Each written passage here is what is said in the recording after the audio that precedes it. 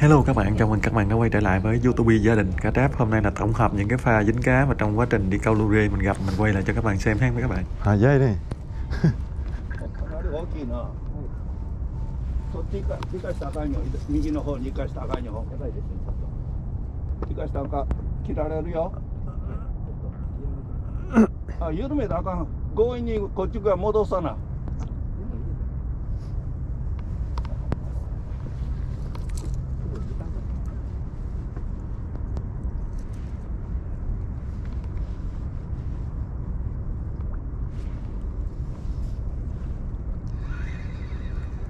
例えば絡まったの取れました？取れた？いや知らんねんけど。そのまま掘ってるからわし竿。アンダーのネット持ってうろうろしてるアンダーが。左行った？あ、行った行った。雨降ってる。雨。あ、雨降ってきた。7時から雨呼びとったからね。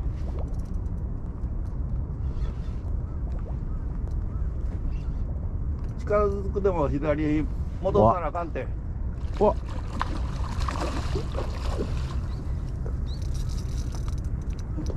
あんたも来ない。こっち来たら大丈夫やから。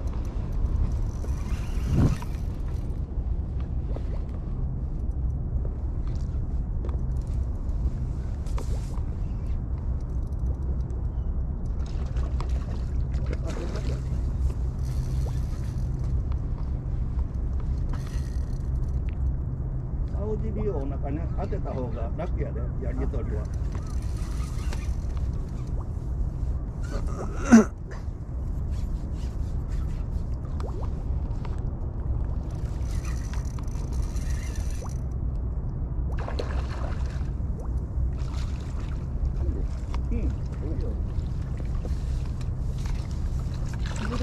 うわ。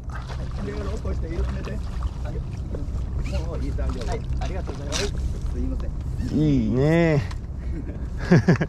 早い。早かったな。早かったですね。何投目ですか3です。ちょっと投げときますそれまで。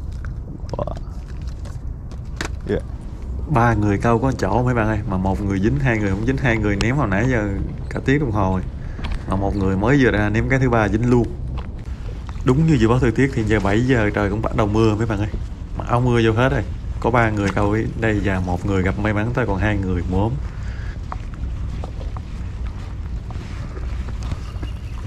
すごいね。今年でここ全体大きいもん。はい。今年ね。早い。2匹目。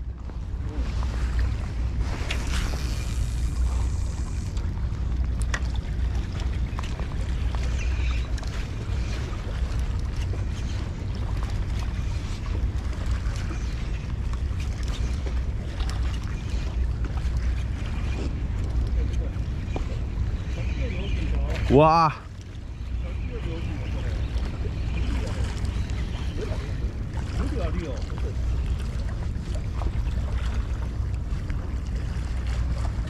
抜き上げる？はい。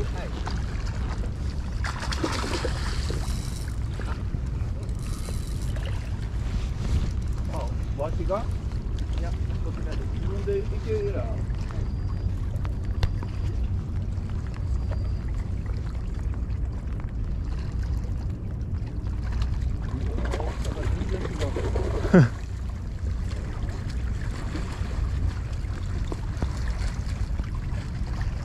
うわあ。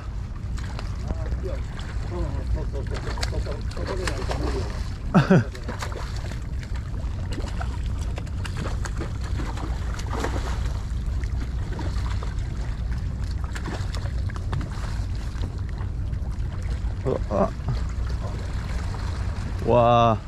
でかい。ちょっと待って。わし長靴履いてるから。これ使いますその挟むやつか？はい。貸して。はい。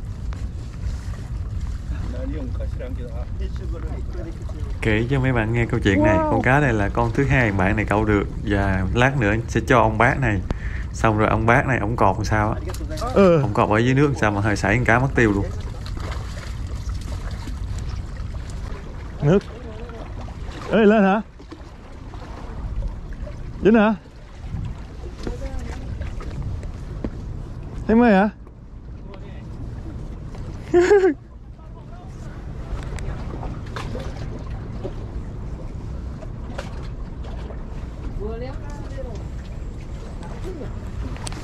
Vừa ra luôn hả? Ngon vãi.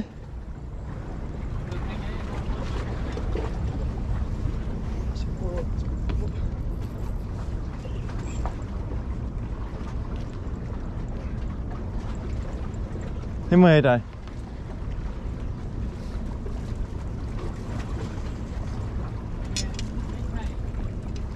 Câu vậy mới là câu chứ.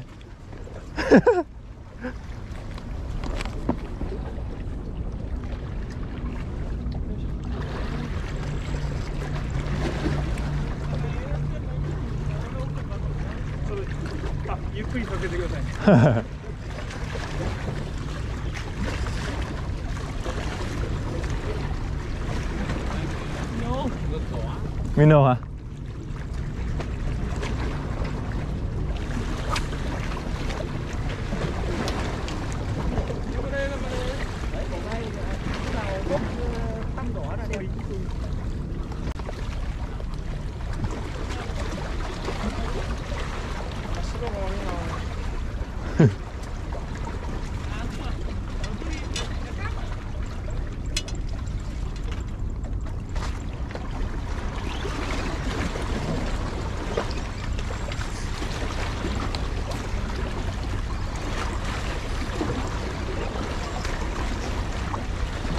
Lên cá mấy bạn, kinh thiệt.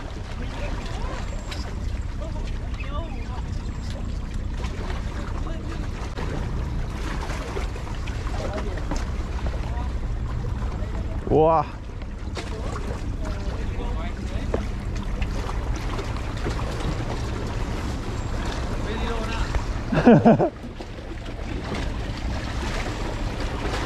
Wow, gì nhỉ?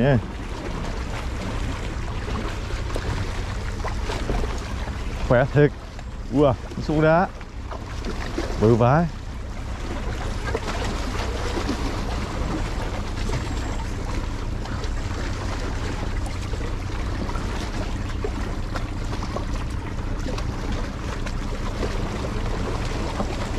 Dòng sướng vãi.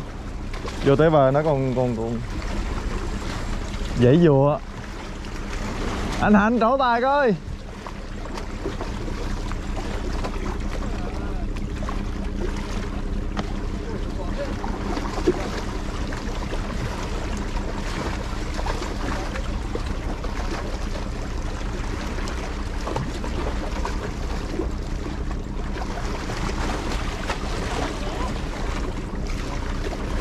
Vất mãi chẳng vô. Ôi hại ra.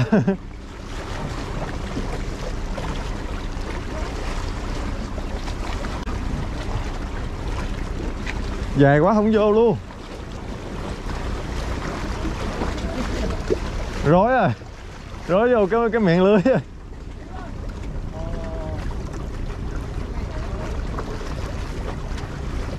Có ai có cái vợt lại cứu ông cái đuôi coi.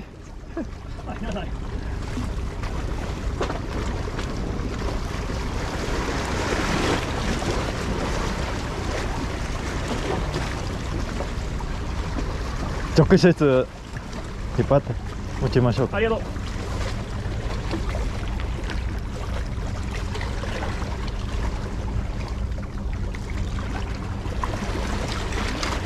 うわsướng vậy. Wow. À,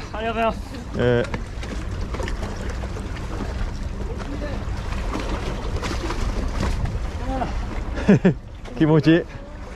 Kimochi. Wow. Sướng vãi.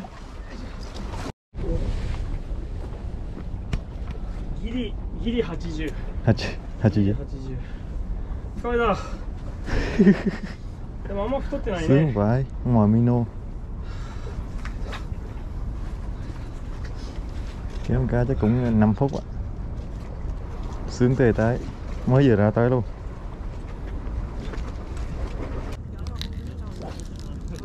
Bóp. Hai cần thủ dính rồi. Đó một cái phòng hả? Bụp luôn. Giật của mình. Sướng vậy. Con này bé lắm, nhẹ thế. Làm cái ủng bé hoặc là cần bố cứng quá. Cũng có thể khóa máy cứng quá. Khoan ạ. Bé đâu? Đâu giá đâu. Sướng vậy. Phát thứ 20 hả?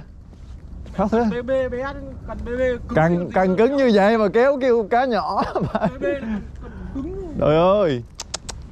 Nhìn sướng vậy. Nó mỏi tầm đấy. Đấy. Câu là phải như vậy. Thanh niên mặc áo đỏ, quá đỏ. Rồi cho nó xa. Đây ở đây. Thanh niên mặc áo, thanh niên mặc áo đỏ. Đây là rồi. Wow. Bé lắm. Đúng rồi. Con này bé mà. Bữa nay có ông bày như nhau. Thanh niên mặc áo đỏ. Con này chắc 4. Cái đầu nó lên đó. Nhỏ, đúng rồi. Con đó kéo lên luôn rồi chứ. Cứng còn hộ em á. Không nó vong mất. Nó dễ nó vong mất. Ôi giời ơi, thanh niên mặc áo đỏ. Ôi bự. Ô. Thanh niên mặc áo đỏ, đỏ vậy.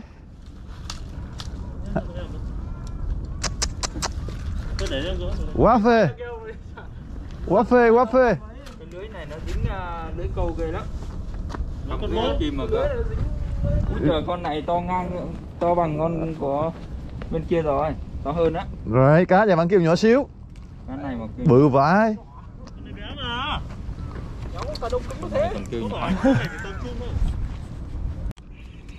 Trời ơi. Ngon hả? Con thứ 2 luôn vậy. Mino hả? Mino. Ghê hả? Thấy mê trời. Ui trời ơi, con là to à. To hả? Nhìn nó kéo vào máy à. Vậy.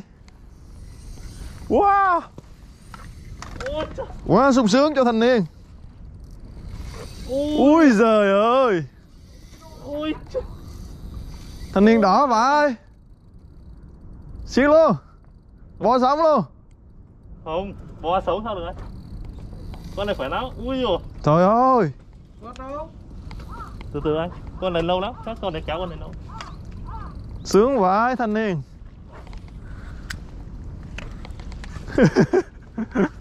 Đỏ thiệt luôn á.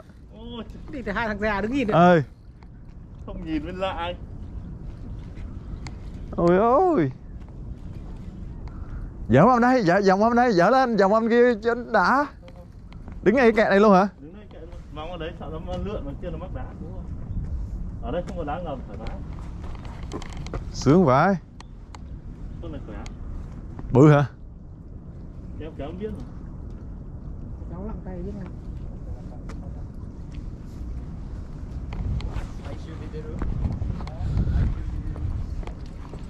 Kéo khí thế luôn.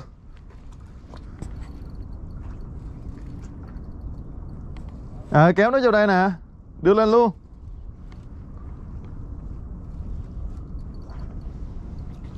Đã vậy. Giờ này vẫn còn cắn thôi. Vẫn ăn mà, em bảo nó lạnh nó ăn muộn rồi mà.